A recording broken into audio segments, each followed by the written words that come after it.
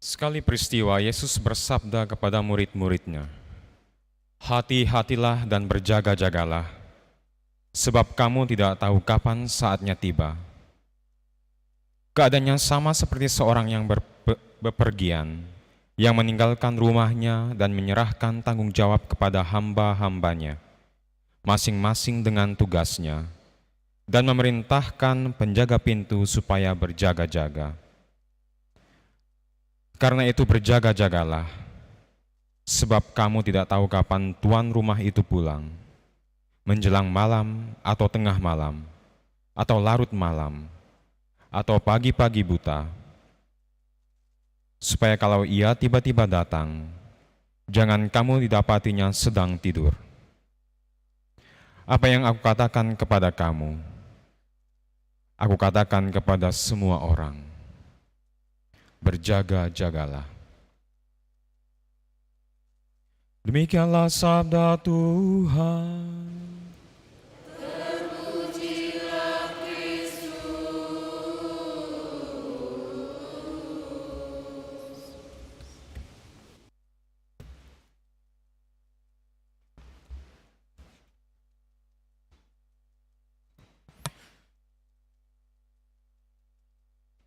Bapak, Ibu, saudara-saudara yang dikasihi Tuhan kita Yesus Kristus, kita sudah memasuki bulan Desember di penghujung tahun 2023. Bagaimana? Masih semangat? Masih. Puji Tuhan. Masih punya harapan? Masih. Harus. Mungkin beberapa dari kita 1 tahun belakangan ini adalah masa-masa sulit. Banyak sekali problema, banyak sekali masalah dalam hidup. Entah itu di keluarga, entah itu di pekerjaan, di pelayanan, atau bahkan juga dalam perjalanan iman. Tetapi hari ini gereja mengajak kita untuk terus punya harapan. Terus punya harapan. Hal terakhir yang jangan sampai hilang dalam kehidupan kita itu apa? Harapan. Kalau sampai harapan hilang dalam kehidupan kita, selesai sudah. Karena harapan adalah sumber kekuatan kita untuk terus berjalan, untuk terus berjuang. Kita berani melihat bahwa ada pelangi sehabis hujan. Ada cerita indah setelah lika-liku kehidupan kita. Bahwa pada akhirnya segala sesuatu akan baik-baik saja. Bahwa Tuhan punya kendali atas kehidupan kita. Dalam hidup memang ada pasang surut, ada turun naik. Memang seperti itu hidup. Dan gak ada yang baru di muka dunia ini. Pengalaman yang sama, penderitaan, cobaan, kehilangan, kepahitan, kekecewaan. Pengalaman yang sama, mungkin bentuknya yang berbeda. Tetapi bagi orang yang beriman akan Allah, Allah Sang Juru Selamat, kita punya harapan. Dan inilah kabar baiknya. Kita punya harapan. Seberapa besar masalah kita, seberapa besar dosa kita, ada kabar baik. Ada harapan buat kita. Allah mencintai kita. Ini tema penting dalam liturgi kita di Minggu Advent yang pertama ini. Kita punya harapan akan Allah. Dan kita semua diundang untuk berani melihat apa? Wajah Allah. wajah Allah. Wajah Allah lah sumber keselamatan kita.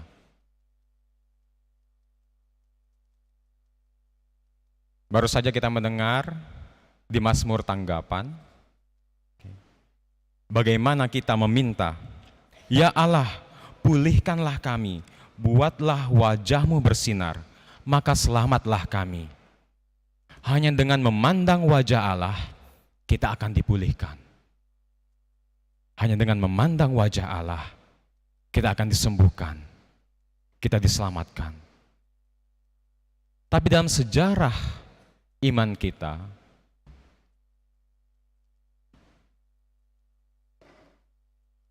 pernah suatu saat wajah Allah ini dilihat sebagai sesuatu yang menakutkan. Wajah Allah ini dilihat sebagai suatu teror. Dengan memandang wajah Allah, apa yang terjadi kepada kita? Kita akan binasa. Kalau kita ingat dalam kitab Perjanjian Lama, bagaimana bangsa Israel berusaha untuk jangan sampai melihat wajah Allah. Musa saja ketika diminta Allah untuk naik ke Bukit Sinai untuk menerima loh batu ke-10 perintah Allah, ia tidak berani untuk melihat wajah Allah secara langsung. Mengapa? Karena apabila Musa memandang wajah Allah secara langsung, ia akan binasa. Mungkin kita ingat apabila bangsa Israel memandang tabut perjanjian, apa yang terjadi? Mereka juga akan binasa. Akar dari ketakutan memandang wajah Allah ini apa sih? Kalau kita ingat di kitab Perjanjian Lama, di kitab Kejadian, karena dosa manusia, bukan karena Allah yang menakutkan, bukan karena Allah yang membenci kita, yang menyembunyikan wajahnya dari kita, tidak. Justru kita yang menyembunyikan wajah kita daripada Allah. Kita takut memandang wajah Allah. Ingat ketika Adam dan Hawa jatuh dalam jebakan si jahat, jatuh dalam dosa, apa yang dilakukan mereka? Mereka menyadari keberdosaan mereka. Mereka menyadari bahwa mereka telanjang dan mereka bersembunyi. Takut untuk ditemukan oleh Allah, takut untuk memandang wajah Allah. Mulai saat itu, umat manusia punya konsep, punya pemahaman bahwa dengan memandang wajah Allah, kita akan mati, kita akan binasa, kita akan dihukum. Itu efek dari dosa. Iya kan? Kalau kita berbuat salah kan maunya sembunyi-sembunyi, ya kan? Jangan sampai ketahuan istri, jangan sampai ketahuan suami, jangan sampai ketahuan papa mama. Maunya sembunyi-sembunyi, ya kan? Dosa itu seperti itu. Nggak ada dari kita ini yang bangga dengan berbuat dosa, berbuat salah. Kita maunya sembunyi-sembunyi. Kita menyembunyikan sebenarnya wajah kita dari Allah. Padahal kita tahu bahwa Allah sendirilah yang mencari Adam dan Hawa. Di mana engkau? Allah yang mencari. Jadi sebenarnya bukan Allah yang menyembunyikan wajahnya, tetapi kita yang sembunyi dari Allah. Karena apa? Karena dosa kita. Dan seringkali itu akar dari alasan kita mulai kehilangan harapan. Dosaku begitu besar Tuhan, aku tidak pantas. Jangan dekat kepadaku. Aku mau sembunyi. Jangan cari aku. Jangan temui aku. Jangan rangkul aku. Aku kotor. Aku gak pantas. Tapi sekali lagi, ini yang menjadi doa kita. Mazmur Tanggapan. Ya Allah, pulihkanlah kami, buatlah wajah-Mu bersinar, maka selamatlah kami. Hanya dengan memandang wajah Allah kita akan selamat. Dan mulai hari ini, Minggu Advent pertama, kita mempersiapkan diri kita, meminta kepada Allah, memohon kepada Allah, Tuhan tunjukkanlah wajah-Mu. Aku ingin memandang Dikau. Karena hanya dengan memandang wajah-Mu, aku akan selamat. Sekarang aku menyadari Tuhan, aku gak bisa lagi sembunyi-sembunyi. Karena aku menyadari meskipun aku sembunyi, Engkau berusaha untuk mendapatkan aku, menemukan aku. Berjaga-jaga maksudnya apa? Ini aku Tuhan, temukan aku. Ini aku Tuhan, yang tidak pantas, yang berdosa, temukan aku, tunjukkan wajah-Mu kepadaku. Dan seperti apa wajah Allah? Ini yang kita tunggu-tunggu selama masa Advent ini. Allah akan menunjukkan wajah-Nya. Sebagai seorang raja,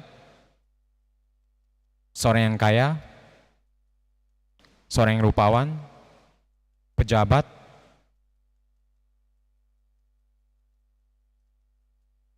amati benar-benar. Allah akan menunjukkan wajah-Nya sebagai seorang bayi yang lemah. Supaya kita enggak takut lagi memandang wajah Allah. Siapa sih di sini yang takut melihat bayi? Ada enggak? Apa sih reaksi kita ketika kita melihat seorang bayi? Enggak mungkin takut. Kita akan bilang, ih lucunya, ya kan, gemes. Allah begitu mencintai kita, mau menunjukkan wajah-Nya, karena hanya dengan menunjukkan wajah-Nya kita akan selamat, tetapi caranya luar biasa. Bukan dengan wajah yang menakutkan, bukan sebagai seorang raja, bukan sebagai seorang pemimpin yang menakutkan, tapi sebagai seorang bayi yang lemah, supaya kita tidak takut untuk mendekat. Dan inilah Allah kita yang luar biasa. Ia mau hadir di tengah-tengah kita sebagai Immanuel. Suatu pemberian yang luar biasa. Hadiah luar biasa bagi kita. Dan selama masa Advent ini, bagaimana kita bisa berjaga-jaga? Belajar menjadi hadiah bagi sesama. Belajar untuk mencintai dan mengampuni. Belajar untuk sungguh-sungguh hadir.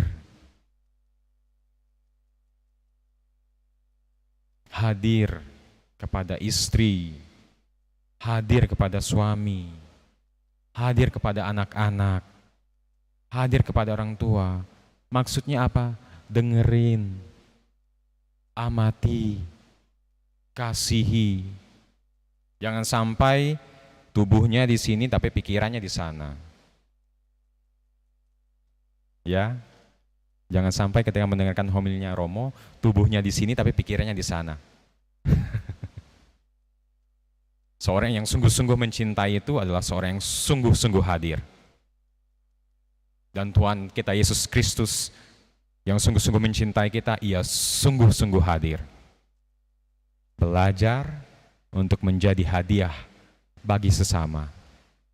Karena yang kita akan sambut pada masa Natal adalah hadiah terbesar yang bisa kita terima.